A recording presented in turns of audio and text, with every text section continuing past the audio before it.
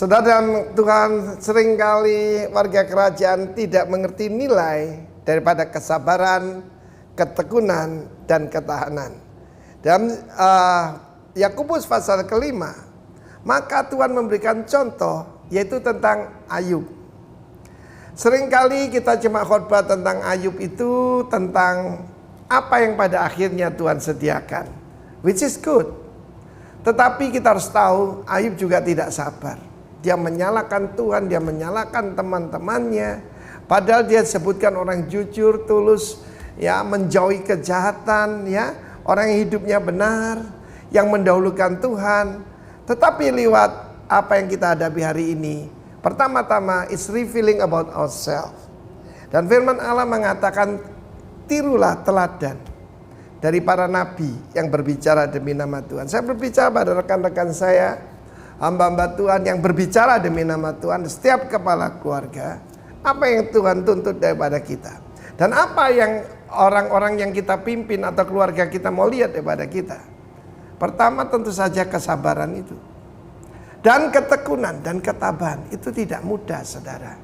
Ketekunan itu melakukan sesuatu secara berulang-ulang sehingga menjadi satu habit. Endurance itu tidak banyak orang yang mendapatkannya. Kesabaran itu makrotimia. Ketekunan itu hipomone. Dengan tetap joyful, tetap melakukan tugas-tugas kita. Sekalipun ada banyak tekanan, banyak kesulitan. Dan kemudian hipomeno, itu endurance, ketahanan. Saudaraku kasih Tuhan, in your patience possess ye your soul. Di dalam ketekunanmu, kamu akan menyelamatkan jiwamu. Itu firman Tuhan. Kita belajar tentang Ayub. Tapi penekanannya di sini apa yang pada akhirnya Tuhan sediakan. Kita bicara tentang the end. Akhir segala sesuatu lebih baik daripada awalnya. Saya memulai pelayanan saya dan kehidupan mengikut Kristus 40 tahun yang lalu. Yang penting bukan awalnya. Bagaimana saya mengakhirinya. Apakah saya akan mencapai yaitu keutuhan, ya, sempurna, lacking nothing. Karena itu yang penting itu bukan doing, bukan khotbah saya, bukan nubuatan, bukan tulisan-tulisan saya. Yang penting itu being. Karena firman Tuhan dikatakan Tuhan itu maha penyayang, penuh dengan belas kasihan, ya. Polis planktos itu artinya lebih dari belas kasihan, tapi luar biasa, ya. Kalau saya membaca itu karena goalnya itu Tuhan Yesus. Ketika Tuhan melihat orang banyak yang terlantar itu, tergeraklah hatinya oleh apa? Belas kasihan. Biarlah saudara dan saya, ya, mencapai buah yang matang, tidak kekurangan sesuatu apapun. Dan biarlah sifat Tuhan itu ada pada kita. Saya percaya setelah melalui ujian itu, Ayub menjadi pribadi yang baru.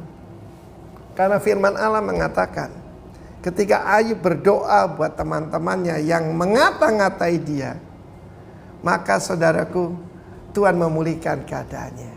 Baru-baru ini sedikit kesaksian, saya diberitakan di mana-mana Pak Arifin itu tinggal menunggu waktu karena terpapar COVID-19.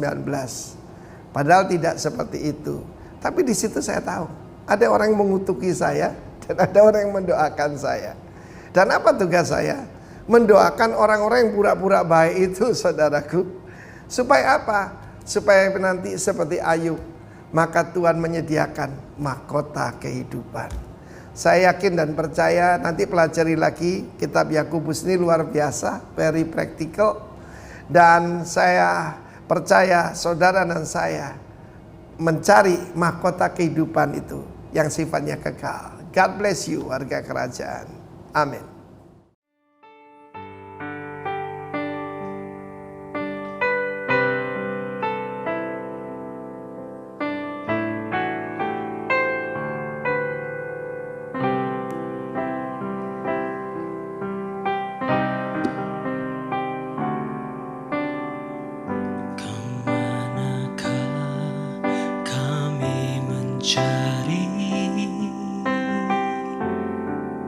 Kasih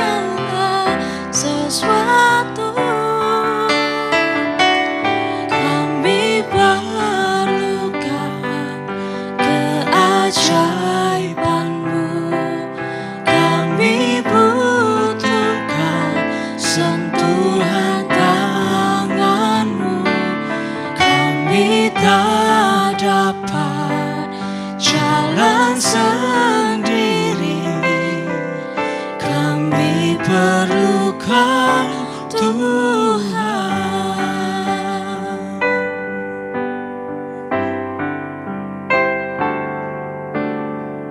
Kemanakah kami mencari kasih sejati? Kemanakah kami berseru saat badai datang menderu? Yang kami tahu hanya Kau yang mampu pulihkan segala sesuatu. Kami perlukan keajaiban-Mu, kami butuhkan sentuhan tangan-Mu. Kami tak dapat jalan sendiri, kami perlukan Tuhan. Kami perlukan keajaiban-Mu, kami butuhkan sentuhan tangan-Mu. Kami tak dapat jalan sendiri, kami perlukan Tuhan. Kami perlukan Tuhan. Kami perlukan Tuhan.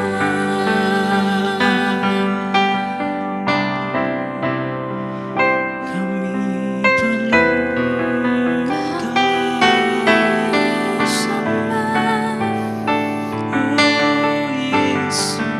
Tuhan Raja kami sih, Kau yang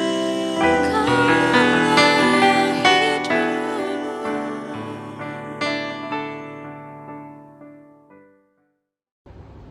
Bapak Ibu Saudara sekalian, sidang jemaat Gereja Betel Indonesia di Kota Kudus. Salam, selamat bertemu kembali dalam suasana yang berbeda. Biarlah suasana yang demikian ini tidak mengurangi semangat kita, sehingga produktivitas iman kita tetap terus stabil bahkan meningkat. Dan keadaan yang demikian sebagai orang beriman tidak dijadikan alasan untuk tetap tidak maju atau tidak bergairah. Justru harus menjadi tantangan kita tetap semangat dan bergairah. Nah, kita akan mendengarkan firman Tuhan. Sebelumnya mari kita berdoa lebih dulu. Bapa yang baik, kami bersyukur kepadamu karena Tuhan telah memberkati kami. Engkau kumpulkan kami dimanapun kami berada, maka Tuhan akan memberkati setiap kami. Roh Kudus mengurapi kami, sehingga kami dapat menangkap, mendengar firman-Mu sebagai roti dan air kehidupan. Agar dengan firman-Mu kami terus bertumbuh di dalam Tuhan, menjadi sempurna seperti Yesus. Terima kasih Tuhan, Roh Kudus Maha Guru memberkati kami, dan kami siap diberkati di dalam nama Tuhan Yesus Kristus. Haleluya, amin. Sidang jemaat Gereja Betel Indonesia di Kota Kudus, kesempatan ini saya akan menyampaikan tentang menjadi jemaat yang memperlengkapi diri dalam rencana Allah. Sekali lagi, menjadi jemaat yang memperlengkapi diri dalam rencana Allah.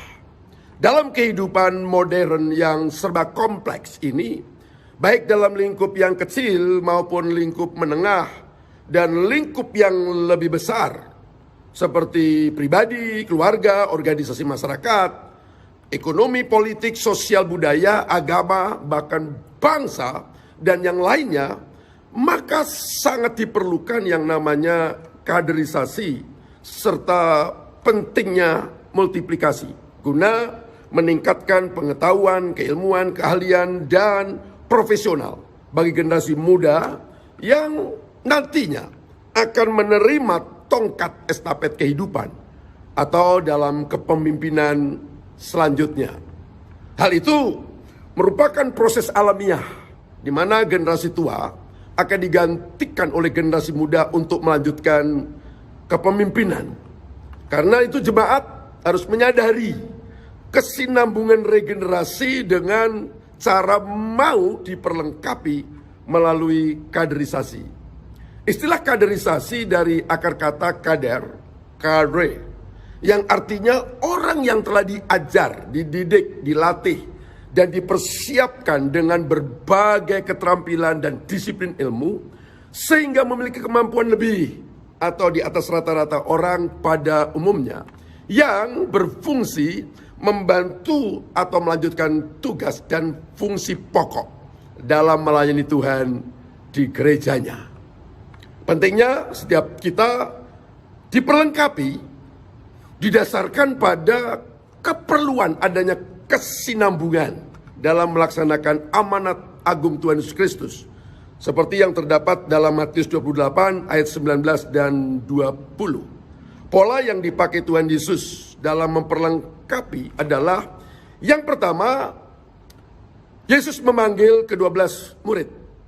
Matius 10 ayat 1 sampai 4. Yang kedua, mempersiapkan murid-muridnya untuk menghadapi segala permasalahan bahkan tekanan.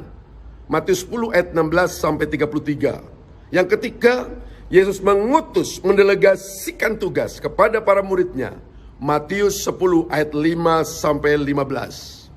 Bukti dalam Alkitab adanya seseorang yang diperlengkapi dicatat baik dalam Alkitab Perjanjian Lama maupun dalam Perjanjian Baru. Seperti Musa mengkader Yosua, Daud mempersiapkan Salomo, Yesus Kristus mengkader ke-12 murid, Paulus mengkader Timotius, Titus, dan lain-lain. Memperlengkapi merupakan tuntutan yang wajib dilakukan untuk mencapai pelipat gandaan, multiplikasi, untuk memperluas kerajaan Allah, the kingdom of God. Berbicara mengenai memperlengkapi, bertumpu pada teks 2 Timotius 2 ayat 2. Bapak Ibu silakan membuka kitabnya, 2 Timotius 2 ayat 2. Saya akan bacakan yang berbunyi, apa yang telah engkau dengar daripadaku di depan banyak saksi, percayakanlah itu kepada orang-orang yang dapat dipercayai, yang juga cakap mengajar orang lain. Dalam hal ini, Paulus menyatakan sesuatu yang penting, hubungannya dengan memperlengkapi jemaat. Untuk memudahkan kita memahami teks tadi, akan saya bagi menjadi 3 bagian dengan cara mengeksegesa, mungkin agak sedikit asing di telinga Bapak Ibu Saudara, tapi it's okay, tidak apa-apa. Ya, nanti yang penting prinsip atau hasilnya seperti apa. Nah, ayat 2 bagian pertama ada kalimat mengatakan, dan yang kamu dahulu pernah dengar daripadaku melalui banyak saksi. Dalam Alkitab, kata dan dalam teks tadi tidak diterjemahkan. Namun kata dan memperlihatkan adanya hubungan antara ayat 1 dengan ayat 2. Rasul Paulus memberi nasihat supaya Timotius tetap teguh, kuat oleh kasih karunia dalam anugerah Kristus. Kenapa Paulus menekankan tetap kuat? Ya, karena menyadari melayani itu ada tantangan. Tantangan bisa datang dari teman segereja oleh sebab perbedaan karakter, perbedaan sudut pandang, maupun ada banyak kepentingan, motivasi, dan seterusnya. Karena itu tidak usah kaget kalau di tengah-tengah melayani ada kesulitan dan tantangan. Maka nasihatnya tadi tetap teguh dalam kasih karunia. Dan itu senada dengan tulisan Paulus dalam 1 Korintus 15 ayat 58. Tetapi kamu hendaknya berdiri teguh, jangan goyah. Ya. Jadi kalau ada kesulitan, ada tantangan, ya, pandang dengan cara berbeda. Sudah out of date, sudah ketinggalan zaman. Karena Tuhan sudah mau datang, kalau jadi orang Kristen itu dipersiapkan, melayani, baik sebagai WL, singer, pemain musik, penerima tamu, usher, dan berbagai macam. Lalu terima kesulitan sedikit, ada tantangan sedikit, lalu mulai ngambek, mutung. Itu sudah tahun-tahun lampau itu. Ya, mari kita tinggalkan pola yang demikian itu. Karena memang Alkitab memberikan kepada kita dalam 1 Petrus pasal 1 ayat 5, 6, dan 7. Kalau kita menghadapi kesulitan itu, anggaplah sebagai suatu kebahagiaan. Karena itu tidak memurnikan imanmu.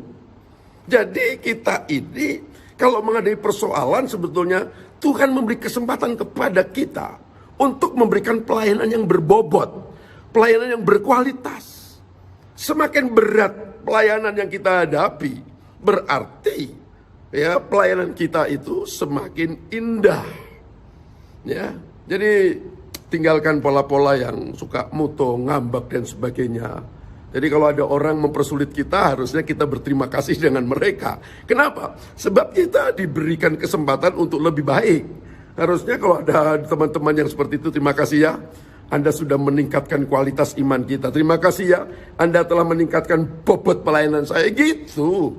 Ya, jangan lalu menganggap ya ada masalah lalu pindah ke gereja lain. Apa dengan pindah ke gereja lain? Di sana juga ada masalah. Ada. Dunia ini bukan Firdaus. Ya. Nah, tindakan selanjutnya Timotius diberi petunjuk tentang jenis pelayanan apa yang harus Timotius kerjakan. Timotius harus mengajarkan ajaran yang sehat kepada jemaat. Timotius harus menjadi guru dan mengajar orang-orang sesuai kemampuan yang dia punya. Dan selanjutnya orang-orang yang diajar oleh Timotius dapat menjadi guru dan dapat mengajar orang-orang lainnya lagi. Jadi diestafetkan. Bentuk pelayanan seperti itulah yang disebut dengan istilah pelipat gandaan atau multiplikasi. Rasul Paulus berkata kepada Timotius, apa yang telah engkau dengar daripadaku dan yang telah didengar oleh Timotius dari Rasul Paulus, yaitu ajaran yang sehat. 2 Timotius 1 ayat 13. Yaitu disebut harta yang indah. Yang Paulus terima sendiri dari Kristus. Dan juga telah dipercayakan kepada kita. Dan ajaran itu bukan dari manusia. Tetapi pengajaran dari Rasul Paulus yang berdasarkan Injil Kristus Yesus. Perkataan Paulus, kamu dahulu pernah dengar memakai hekausas, orang kedua tunggal auris aktif indikatif.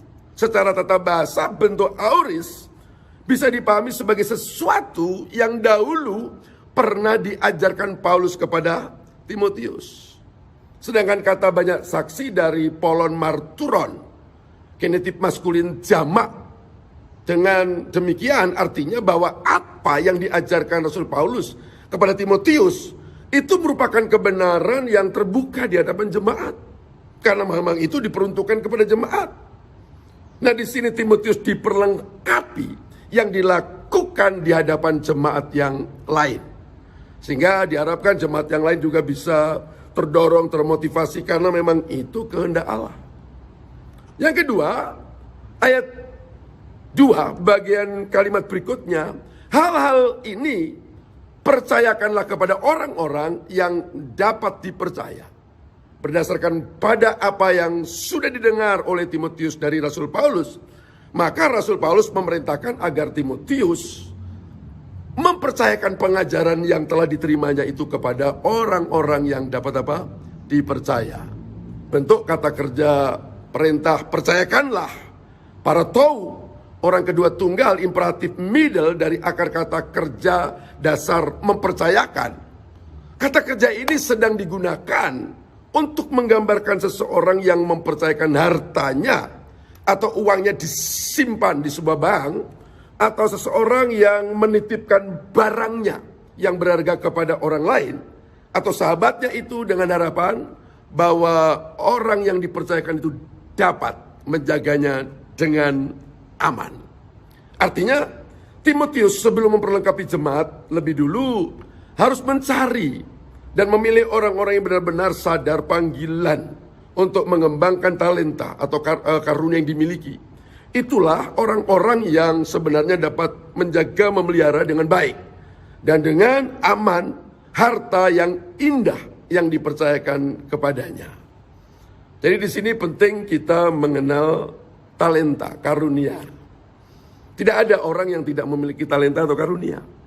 Kalau Anda belum tahu, coba datang kepada Bapak Gembala, Ibu Gembala, coba disaringkan kira-kira apa. Ya, kalau sampai tidak tahu, saya kira kita menjadi orang Kristen yang konyol, yang tidak akan berbuat apapun. Ya. Nah, orang-orang yang benar-benar yang dimaksudkan tadi, orang-orang yang dapat dipercaya, pistois, antropois, datif jamak maskulin, kata sifat pistos dipakai di sini yang memiliki arti yang setia. Jadi orang-orang yang diperlengkapi adalah orang-orang yang setia dengan tugas yang dipercayakan kepadanya. Maka tadi di depan saya katakan kalau menghadapi situasi, pandang dengan cara berbeda orang memandang pada umumnya. Kalau kesulitan, tantangan dianggap sebagai hambatan, ya, seolah-olah sudah kiamat, kita harus berubah, berbeda. Kalau cara pandang kita benar seperti disebutkan di atas, maka kita akan bisa bertahan. Kita setia. Dan kitab Wahyu berkata, diberkatilah makarios, orang yang setia sampai akhir. Jadi mari kita jaga kesetiaan ini, supaya kalau kita dipanggil terdahulu, tetap terdahulu. Jangan terdahulu menjadi terkemudian. Saya kira itu konyol, ya. Yang ketiga, ayat 2 kalimat berikutnya yang terakhir, yang juga akan mampu mengajarkan kepada orang-orang lain. Berikutnya Rasul Paulus berkata kepada Timotius, Timotius harus mempercayakan harta yang indah itu bukan hanya kepada orang-orang yang dapat dipercaya saja, tapi juga harus orang yang memiliki keahlian dan kemampuan untuk mengajar orang lain. Dan tidak cukup orang yang setia saja, melainkan harus ahli dan mampu mengajarkan kebenaran yang diterima kepada orang lain. Itu maksudnya setiap orang yang percaya, yang diperlengkapi, disesuaikan dengan talenta dan karunia yang dimilikinya. Jadi di sini kita melayani sesuai dengan karunia. Kalau memang talentanya bisa main musik, ya silakan main musik. Jangan sampai tidak main musik, karena talenta itu akan ditanyakan nanti kelak. Kalau bisa menyanyi, ya silakan menjadi worship leader, memandu pujian, ya, atau menerima tamu, atau apa saja. Yang penting Bapak Ibu dengan sukacita, karena memang itu bidangnya. Ya. Kesimpulannya bahwa tugas memperlengkapi bukan tugas yang ringan dan mudah. Selain harus mengajarkan bagaimana melayani dengan benar, juga harus mengestafetkan kepada orang-orang yang mau diperlengkapi. Selanjutnya, orang-orang yang diperlengkapi harus melakukan tugas pelayanan apapun bentuknya dengan sungguh-sungguh dan setia, walaupun harus menghadapi kesulitan dan tantangan. Dengan begitu, maka kita tidak saja telah mengembangkan harta yang indah, melainkan juga dapat meneruskan kepada orang lain juga.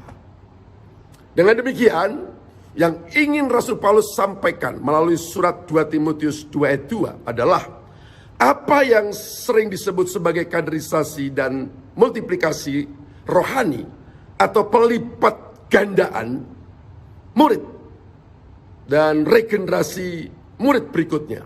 Rasul Paulus sudah mengajar dan memuridkan Timotius. Selanjutnya Timotius diperintahkan untuk melakukan apa yang telah dilakukannya kepadanya, itu kepada orang lain juga. Dengan semangat dan motivasi serta cara yang sama dilakukan Rasul Paulus, maka Timotius sebagai kader Paulus harus juga memuridkan orang lain. Dalam kaderisasi dan multiplikasi di sini tidak sekedar mengajarkan kebenaran kepada orang lain saja, tapi menjadikan orang yang kita ajarkan kebenaran itu menjadi murid Kristus. Oleh sebab itu, Rasul Paulus menasihati Timotius untuk mencari dan memilih orang-orang yang akan dipercayakan harta yang indah itu. Mereka orang-orang yang setia dan dapat dipercaya serta yang juga cakap, ya, dan mampu mengajar orang lain. Tugas memperlengkapi tidak hanya menghasilkan jemaat yang aktif melayani, tapi juga menghasilkan para pelayan yang aktif melakukan tugas pelayanan dengan pemahaman pengertian yang benar. Mari kita perhatikan di zaman anugerah yang modern ini. Kepada gereja-gereja Tuhan di sekitar kita, hal ini sering diabaikan oleh jemaat gereja. Nyaris bahwa program-program pembinaan warga gereja dalam memperlengkapi jemaat direspon tidak dengan antusias. Karena orang berpikir saya jadi anggota gereja, ke gereja cukup dengan persembahan dan tuntutan-tuntutan yang lain. No, tidak cukup. Alkitab memerintahkan kepada kita, ya, untuk dimuridkan, matetes, disciples. Artinya di situ bahwa kita diperlengkapi. Sangat disayangkan kalau masih banyak jemaat yang tidak mau diajar untuk diperlengkapi agar karunia dan talenta yang dimilikinya dapat dikembangkan. Sebagian besar jemaat cukup seminggu sekali ke gereja, menyanyikan lagu pujian, mendengarkan khotbah, dan memberikan persembahan dan pulang. Mereka merasa cukup. Itulah yang sering disebut jemaat yang tidak dewasa. Dan jemaat-jemaat semacam itu mudah lemah dan mudah putus asa dan sulit untuk menghasilkan buah. Jika jemaat atau orang-orang Kristen memiliki sikap hidup dan konsep ibadah seperti itu, bagaimana mungkin Injil Kristus dapat diberitakan kepada orang-orang yang belum percaya? Dan gereja tidak mungkin bisa bertumbuh imannya maupun jumlah jemaatnya. Apabila hal itu terus-menerus terjadi, maka Injil Kristus sangat kecil kemungkinannya dapat diteruskan dari generasi ke generasi, atau kerajaan Allah dapat diperluas. Karena itu, marilah kita merelakan diri untuk mau diperlengkapi agar menjadi orang Kristen yang aktif menghasilkan buah. Kalau saudara sudah melayani, mari kita tingkatkan pengetahuan teologi atau Alkitab kita agar memiliki dasar yang kokoh sehingga tidak mudah digoyahkan. Tapi kalau belum melayani, berikanlah dirimu agar diperlengkapi. Ingat, nanti kalau kita ketemu dengan Tuhan, yang akan ditanyakan adalah tentang iman kita dan talenta yang kita miliki, apa sudah dikembangkan atau tidak.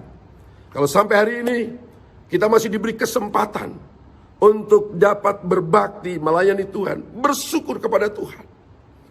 Ada begitu banyak orang seringkali saya jumpai sebagai gembala untuk diajak mari melayani, ya. Ada begitu banyak alasan.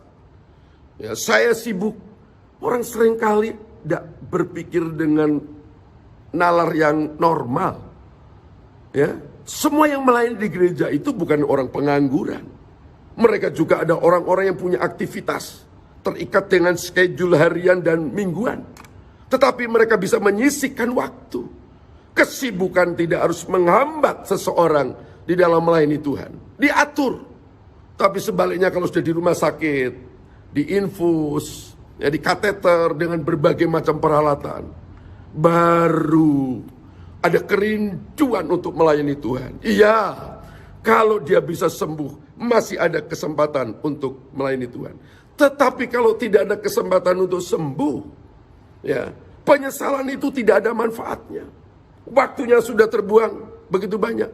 Bagaimana mungkin dia akan mempertanggungjawabkan kepada Tuhan hidupnya? Makanya dalam Filipi 1 ayat 21 dikatakan, bagiku hidup adalah Kristus, mati adalah keuntungan.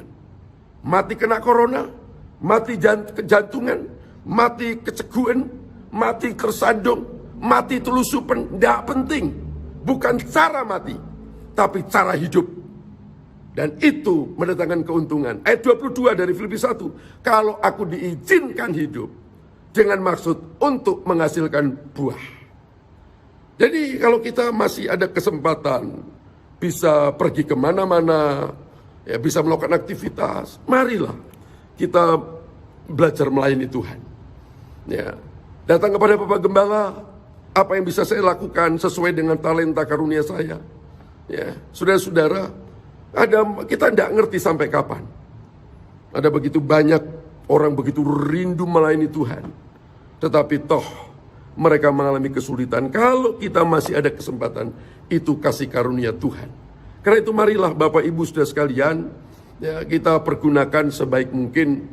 Kalau Bapak Ibu mendengarkan apa yang saya sampaikan, ya, di mana saja, dan Anda sudah undur dari pelayanan, saya bisa mengerti Bapak Ibu punya kesulitan dan merasakan situasi-situasi tidak nyaman. Apakah itu dengan gembala Anda di gereja lama atau dengan teman sepelayanan atau orang Kristen atau siapapun. Ya, mari kembalilah melayani Tuhan. Karena kalau melayani itu ada kesulitan, ada tantangan. Justru di situ letak penghormatan, penghargaan, apresiasi yang akan diberikan kepada kita. Jangan patah semangat. Teks tadi mengatakan kasih karunia. Karena itu teguh berdiri. Ya, mari kita bersama-sama untuk tetap semangat, bergairah melayani Tuhan. Ya, Bapak Ibu yang hari ini mulai berpikir mau meninggalkan pelayanan Tuhan, sudah mulai dingin rasanya, mau maju seperti apa, datang kepada Bapak Gembala, minta didoakan, minta diperlengkapi, kira-kira apa yang kurang, supaya semakin bergairah lagi, semakin semangat lagi untuk melayani Tuhan. Sehingga waktu hidup ini tidak hanya sekedar untuk mencari cuan, mencari keuntungan. Hidup hanya cuan-cia, makan dan untung hal-hal materi. Alkitab mengatakan orang yang hidup hanya makan minum, matinya lebih berharga binatang. Karena kita diciptakan lebih daripada binatang, marilah kita memiliki sikap hidup yang berbeda. Melayani Tuhan, beribadah dengan sungguh-sungguh, saudara akan hidup selayaknya seperti yang Tuhan kehendaki. Tetap semangat, tetap bergairah melayani Tuhan. Mari kita bersama-sama maju di dalam Tuhan, ya, diperlengkapi dan diutus untuk melayani Tuhan. Tuhan memberkati Bapak Ibu saudara sekalian. Mari kita berdoa. Bapa yang baik, kami mengucap syukur. Kami telah mendengarkan firman-Mu. Firman-Mu ya dan amin. Biarlah kami menjadi orang-orang yang setia, orang-orang yang mau diperlengkapi, orang-orang yang melakukan tanggung jawab, tidak mudah patah arang, tidak mudah putus asa.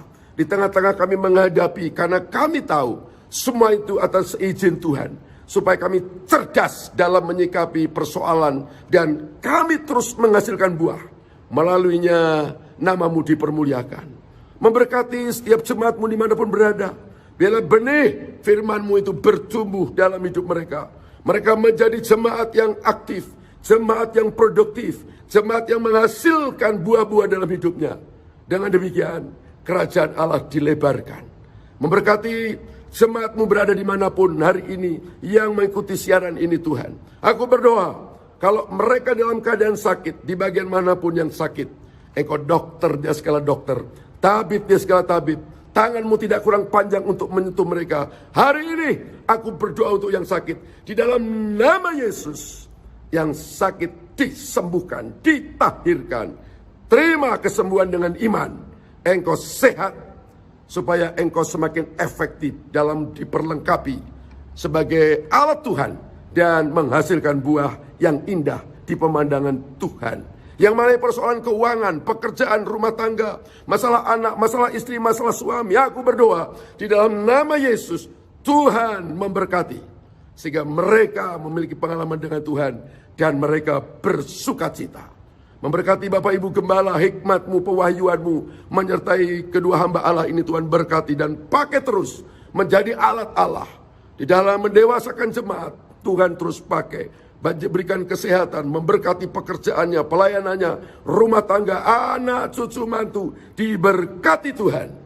Dan kami percaya, melalui keluarga hamba Allah ini, nama Tuhan dipermuliakan. Terima kasih Tuhan. Kami mengucap syukur buat firman-Mu. Kami mengucap syukur buat mujizat, buat berkat-Mu. Di dalam nama Tuhan Yesus Kristus. Haleluya, haleluya. Amin.